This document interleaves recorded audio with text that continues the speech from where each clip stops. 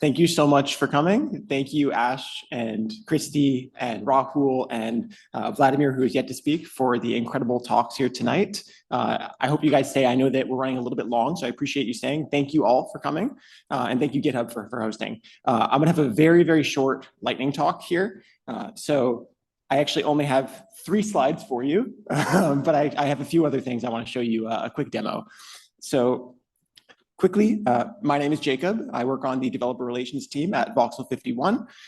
As Jimmy mentioned, we are in the business of data curation, understanding your data better, and bridging the gap between data and models to streamline workflows. Feel free to connect with me or follow me or whatever you'd like. I'm going to be showing you a couple of things in this notebook. The link to the notebook is here, so if you can just follow this QR code if you want to follow along. There's also a blog post about what I'm going to be showing you.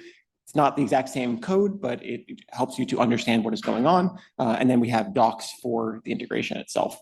But you heard a couple of things tonight. One thing we heard from both Ash and Rahul is the importance of data.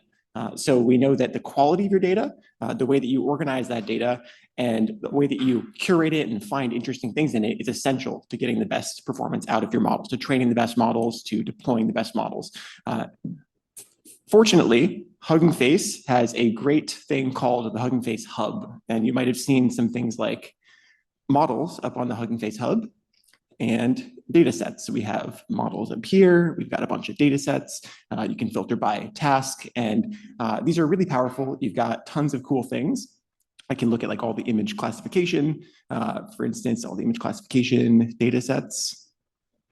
And I can like click in one, and I can see in most of these, if I go into them, there'll be Parquet files, which are basically efficient CSV tabular data formats, which include images, but that's not like the real essential way to represent all this unstructured visual data. So what we have done is, being the data-centric company that we are, we have integrated with them so that you can take your visual data and you can apply Hugging Face models really easily. You can upload data to the Hugging Face Hub really easily, and I think it's just better if I show you real quick. So we're going to look at one of the data sets, which is called the WikiArt data set. Here's an example of a data set that is in a Parquet file format. We have images, we have some labels on them. You can't really do much filtering or browsing or understanding the data like this. You can load it with their datasets library, but we're going to do something better. So I'm going to switch over to my notebook. So this is a copy of the notebook that I had the QR code for, and I'll put that QR code up at the end. I'm not going to go through too much here, but the idea is that with just a few lines of code, we can load a data set from this Parquet format. And this is all happening in real time. There's no like bait and switch going on here. So it's going to be loading this data set from Parquet into 51. And we have this new data set object, which we can then visualize in the 51 app. So here it's going to do it in the cell of a notebook. But actually, what we're going to want is we're going to want to interact with it outside of that. So we're going to open up a tab in our browser and interact with it. It allows you to scroll through it, do things like filter by different categories. If I only want to see images from this artist, for instance, I can do that. But we can do more. So we can also apply models to our data. So you can also see things like the distinct artist. You can count the number of examples by artist. If you want a balanced split of your data, you can try to make sure that you have the same number of paintings from each artist across a bunch of things. But we can also apply models. So the traditional way that you apply a transformer model, and transformers is the T in GPT. That's one of the huge advances that happened in text, but also transformers are useful for so many other things in multimodal and image contexts. So they have things like clip as a transformer model, which allows you to put images and text in the same space. You have things like depth anything. You might have seen that recently. Lots of really cool transformers for image classification, detection, all sorts of things. But you would generally load the transformers model. You'd take your image, you'd use something like Pillow to look at that and to pass that into your image processor and then do a torch.noGrad. Maybe you'd put this model into its inference mode and you would generate a prediction like that. But instead, we can actually do something a little bit smarter. We can just apply this model to, here I'm just going to apply it to 10 samples in the data set. So we avoided all that custom code. Now I'm going to go back over here. And now we have this new field on our images. So I just did the first 10 images, but now you can see and you can look at that and you can filter by all of those things. And we can do the same thing for other tasks as well. And you'll start to see why this is a better, more suitable format for dealing with visual data.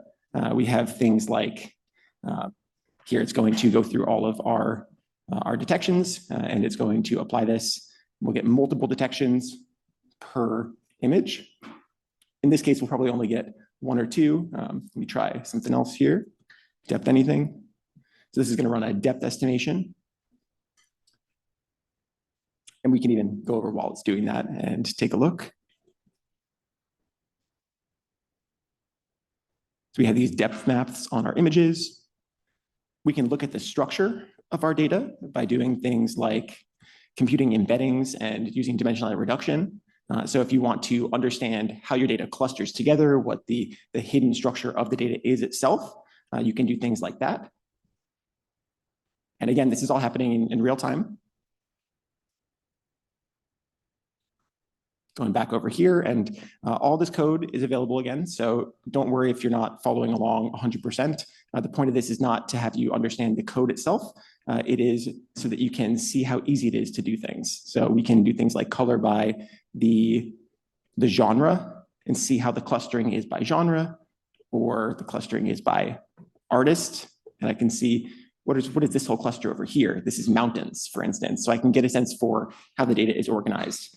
There's also other things you can do. So we have plugins to make it easy to do all these types of transformers and diffusion-based things directly from the FiftyOne app. So integrations with both of these libraries, you can do things like image captioning, VQA, text to image, and have that all in the context of your data. And once you've done all of that and you are satisfied with the result, you can push it to the hub as a FiftyOne data set, just like that.